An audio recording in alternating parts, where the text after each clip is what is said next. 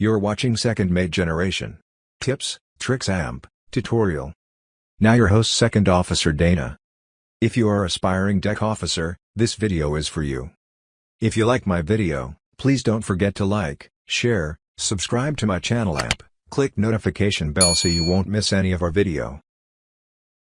Good day mga sir. Into this video, I will explain about AIO, Temporary Notice to Mariners, and Preliminary, the ENC Preliminary, and No Information Objects, and also the AIO object and color. Okay, so as you can see here, this is ENC Preliminary, then this is a blue color, this is EP, so red for Temporary Notice to Mariners, green for Preliminary, and gray for No Information Objects. So this is the overlay that you can see in your ECDIS. So AIO objects are displayed as polygons, rectangles in most cases, filled with red, green, blue, or gray, and have their own numbers. Okay, so we will start here. I have a simple presentation here so that you will understand all of this. So what is AIO, or Admiralty Information Overlay? AIO contains Admiralty Temporary and Preliminary Notice to Mariners that are issued for paper charts. Each polygon carries the same number as the original Notice to Mariners in the Admiralty Weekly Bulletin. ABCS includes access to the Admiralty Information, or AIO, which provides Admiralty Temporary and Preliminary Notice to Mariners, and ENC Preliminary Notice to Mariners, EP&Ms, in a form that can be displayed as an overlay on ENC and ECDIS. EP&Ms highlight potentially navigationally significant difference between ENCs and Admiralty paper charts. AIO is included on ABCS licenses as an option. If it is installed, the ECDIS will be loaded with a cell called JB800001. Okay, so meaning to say the EP or ANC Preliminary is the significant difference between ANC. So we can see later that some objects in the paper chart is not showing in ANC. That's why we have EP and Ms. Okay, if the producer nation does not include temporary information in their ENCs, but the UKHO has issued it as a T&P NM for an equivalent scale paper chart, it is added to the Admiralty Information Overlay, or AIO. This allows you to receive extra temporary information which has not been included in your subscribed ENCs. So here, it is very important that you know about the status of T&P information in ENCs and where you can find this information. So later on, I will explain and I will show you where to find this information. So here now, as you can see here,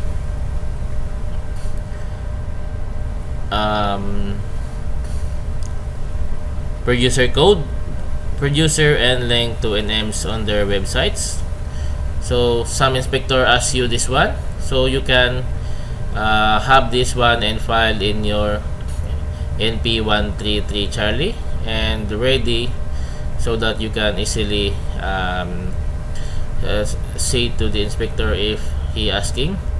So here, temporary, preliminary information include in ENC. So for example, here in Argentina, their T&P is already included in the weekly update.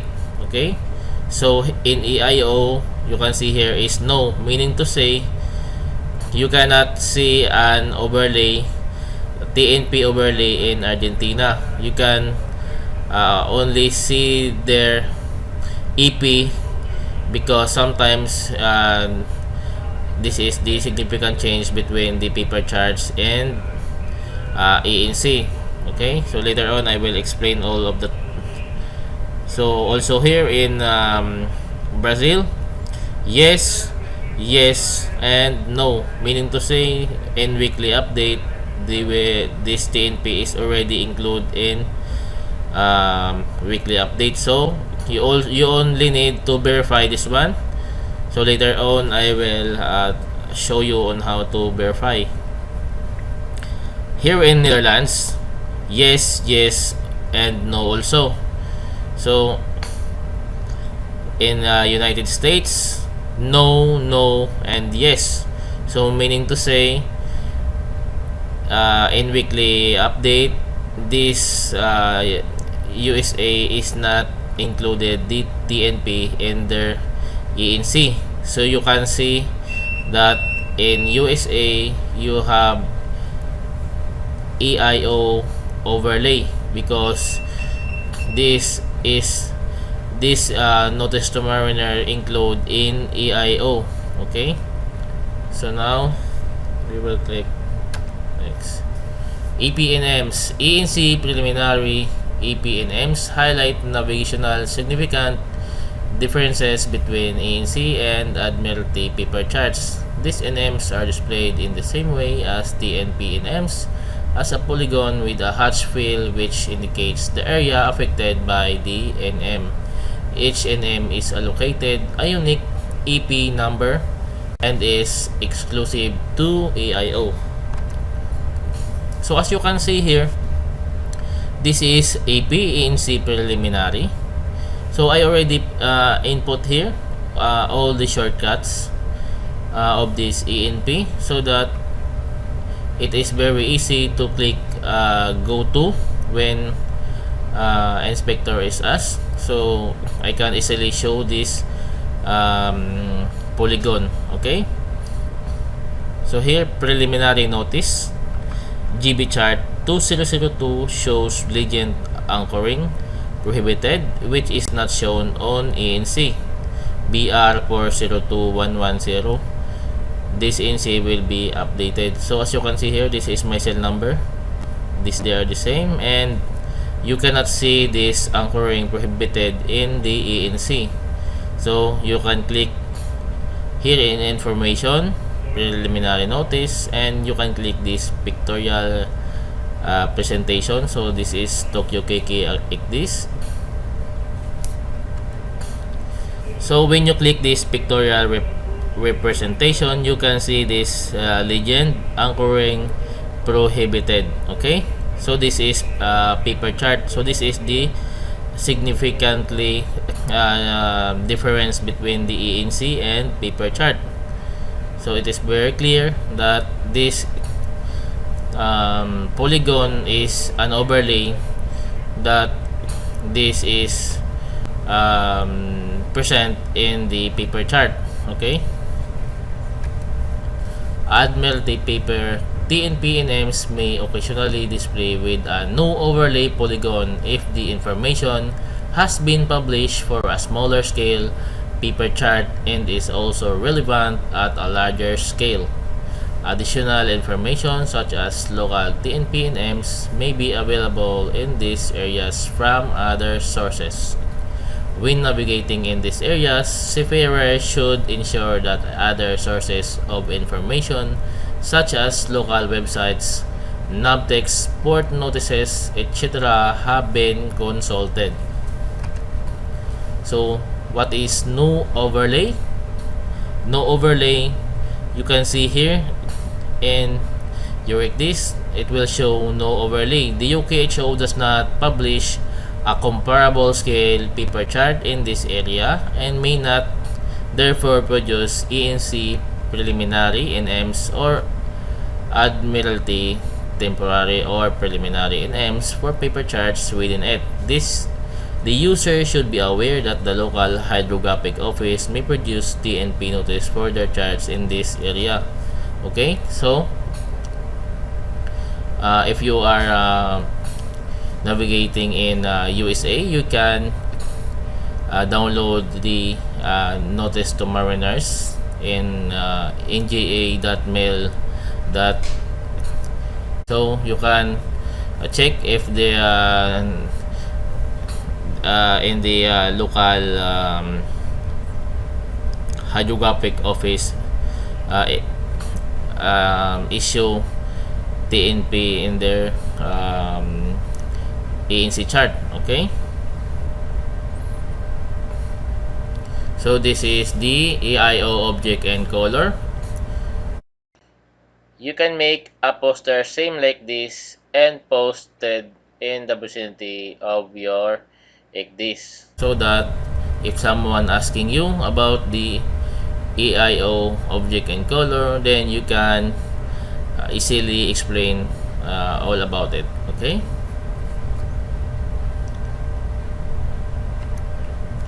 so here temporary 466T16. So here, as you can see, United States, information included in ENC, temporary and preliminary, no. So yes, so that's why we have this red color polygon. Okay, this is the 466T16, as you can see. So in my this, I click information and then temporary, and here lights 466T16. Okay, you can see here, you can click this text description to see the information. Okay, that's why we have this polygon, because this is not included in the weekly update in their ANC. So this is the country, so it must be have this polygon because it is included in AIO. Okay, so this is the text description. You can read this one, and also you can see in your, if you are using Voyager, you can check the enforced TNP and plot this TNP and compare in ENC. Okay,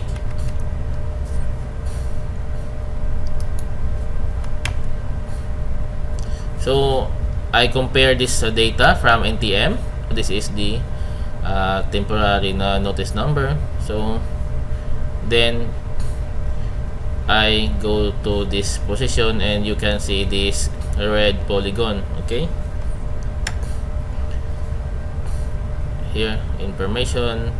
Okay, so this is also temporary. It is a red polygon here, and obstruction.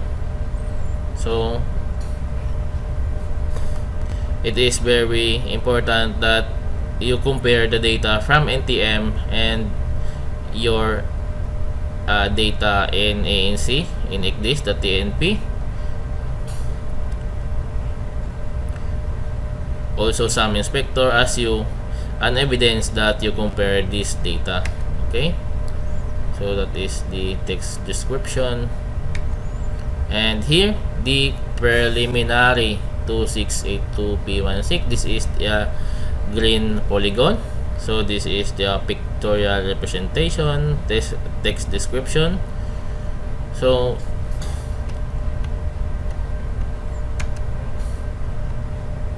text description, this is the pictorial representation. So this is the North Atlantic right whale. So here you can passing here, it must be 10 knots.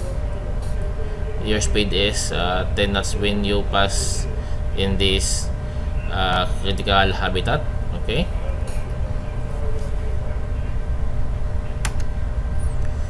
so here in Netherlands, the information included in their ENC TNP.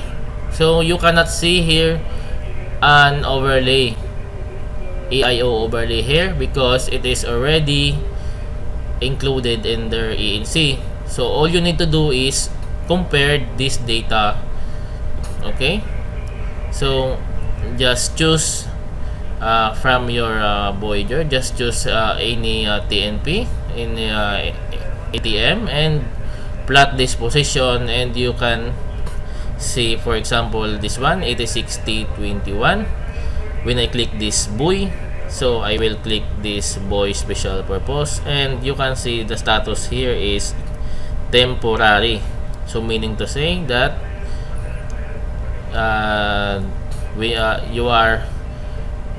this information is included in their ENC because it is the same in the NTM. So I also have a shortcut here. So sometimes if inspector asking me, then I can easily click go to in this position and click this information, and I can show to him that this is the comparison. Okay, so here, okay,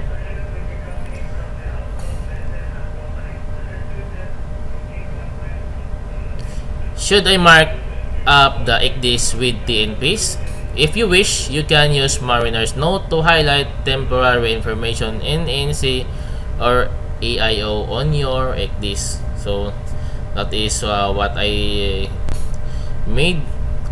I make an shortcut here, and also I choose only a few. So I also make an comparison here. Okay, a special light buoy has been deployed until a further notice in this position. So this is the buoy. So this is also another example. It is also in Navaria. You can see here I have a text here. So yellow, temporary, navigate with additional caution.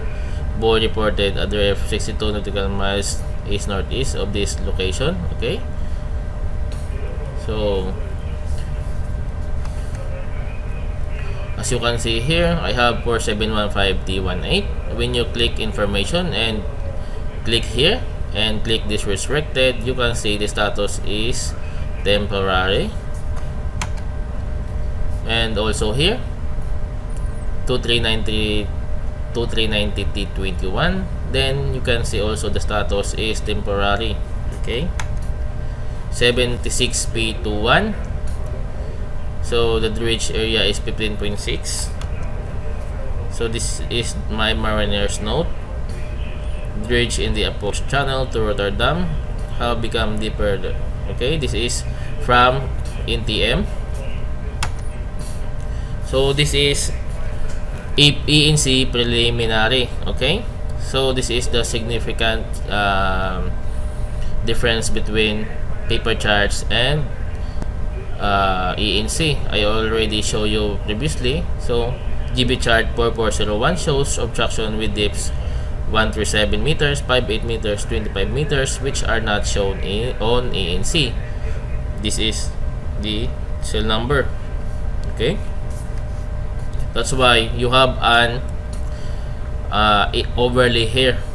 Okay, because they have a difference. Okay, so as you can see here in the paper chart, you can see the 137 meters here, 58 and 25 meters, which is not shown in ENC. Okay, so also here GB chart 4401 shows depths 20 meters, 56 meters, which are not shown on ENC. So this is the cell number. And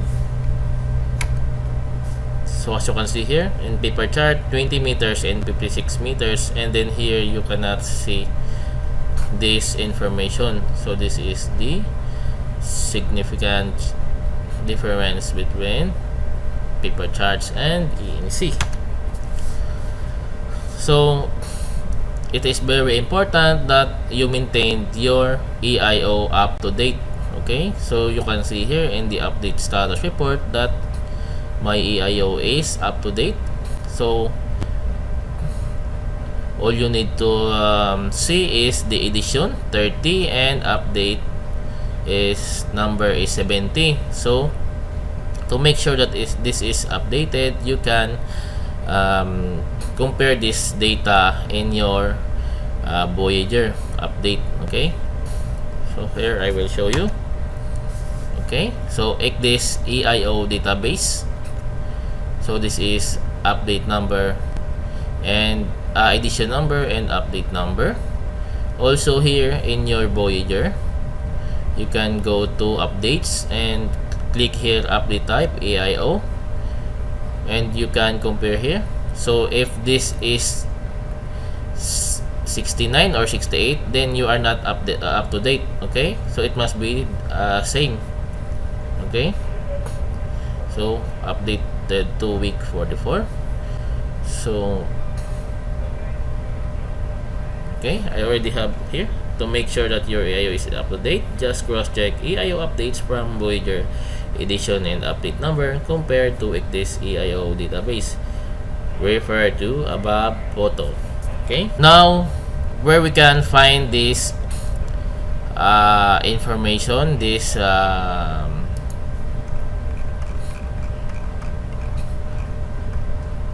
status and of T&P information ENC.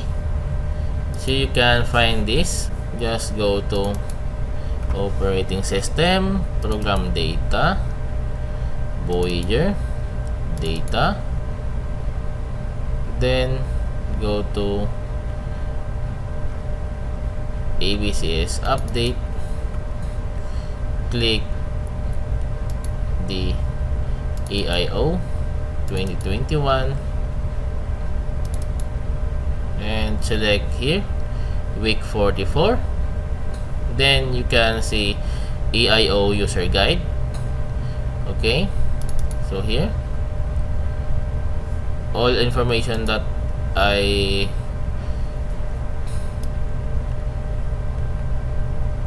share with you is you can find here. Okay,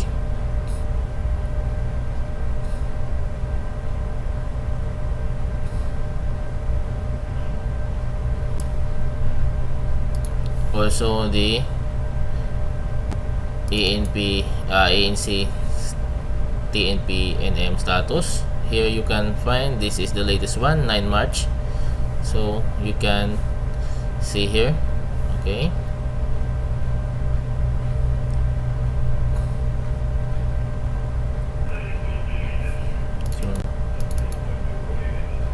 okay, so here I have a shortcut. Open this folder location, so you can find this information in this program data, Voyager data, ABCS update AIO 2021. You can select this week 44 and you can find this information. Okay, also here open folder location, program data, Voyager data, ABCS info 2021, and here in week 44 you have ABCS user guide here. Then you can read this one. All information that you need to know is already in here. T&P NMs, troubleshooting. Okay, just read this one. So here AIO schedule A, cancel the ENC. Okay, so also you can see the T&P status here. This is the important information for ABCS user. Okay,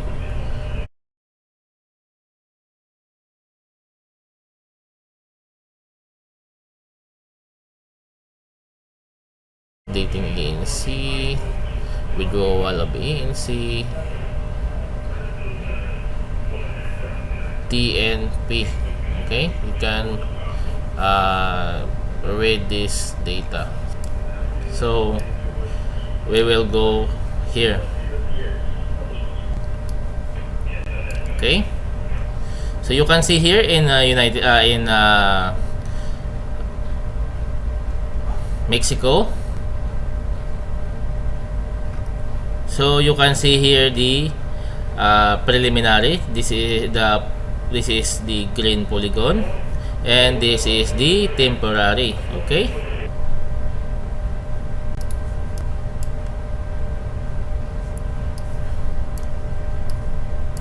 Okay.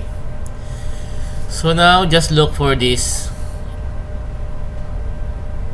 preliminary 5444P19, and then here in your updates, miscellaneous updates and T&P Enforce week 47, just click this information and it will show like this. So just compare.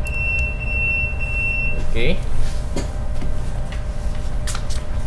So here you can see the 544P19. Okay, the chart number is 359, so just write it down.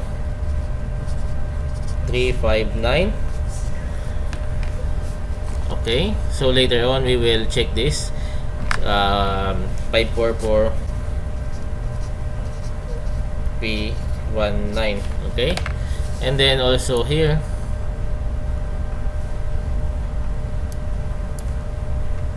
we have this 2745T19, 2745T19. So the chart number is 364. Okay, 2745T19, and then the chart number is 364. Okay, so later on we will check this one, the data of this one. Okay, so now we will browse more. So you have you can see here the EP.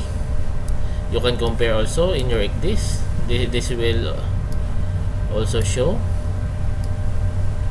So as you can see, this is my example previously. This is the EP. You can see many EP here. Okay,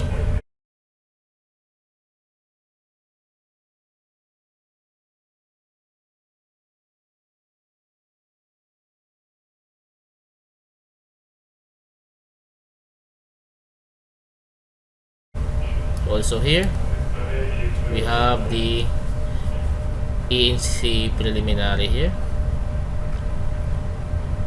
Okay, so here also you can see the no information overlay here, no overlay. So you can, in your ECDIS, you can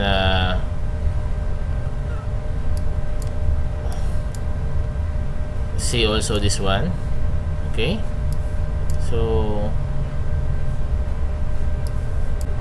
preliminary,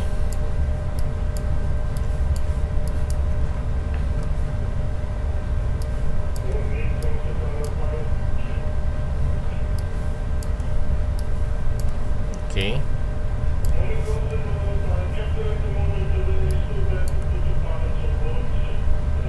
so this is the temporary 4966T16. We will check it one, 4966T16.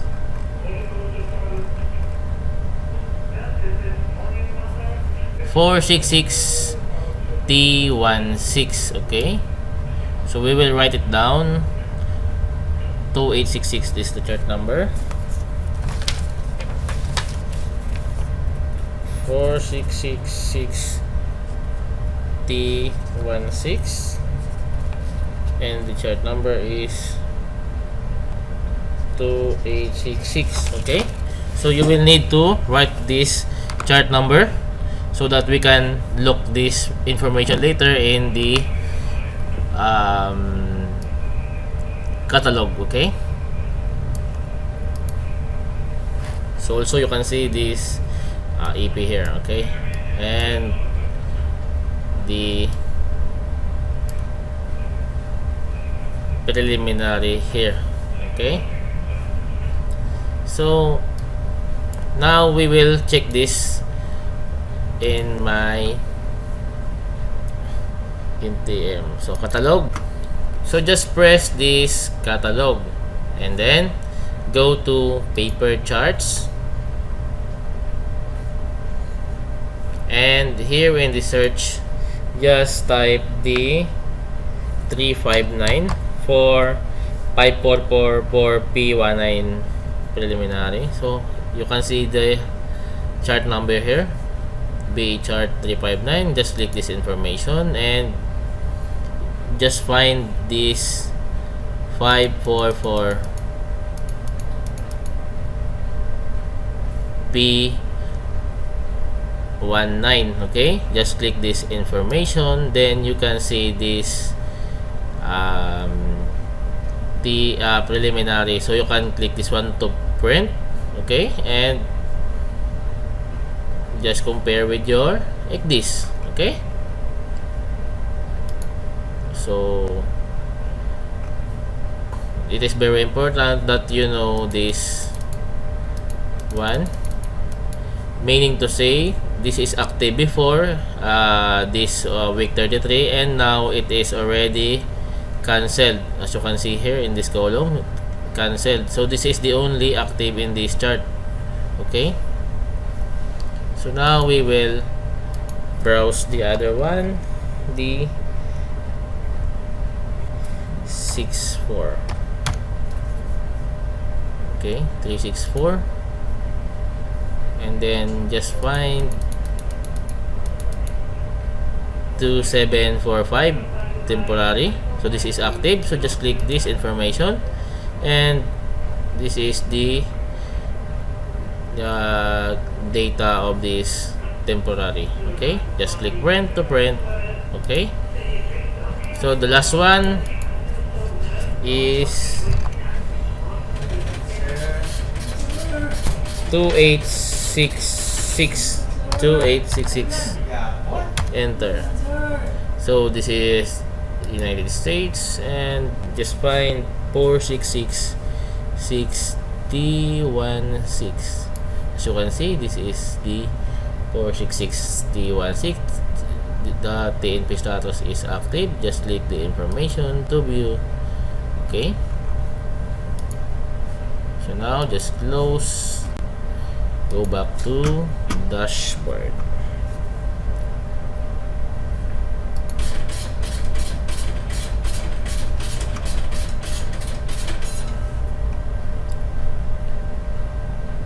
So here in Netherlands and Belgium, you cannot see the AIO polygon here because the ENC is included in their weekly update in the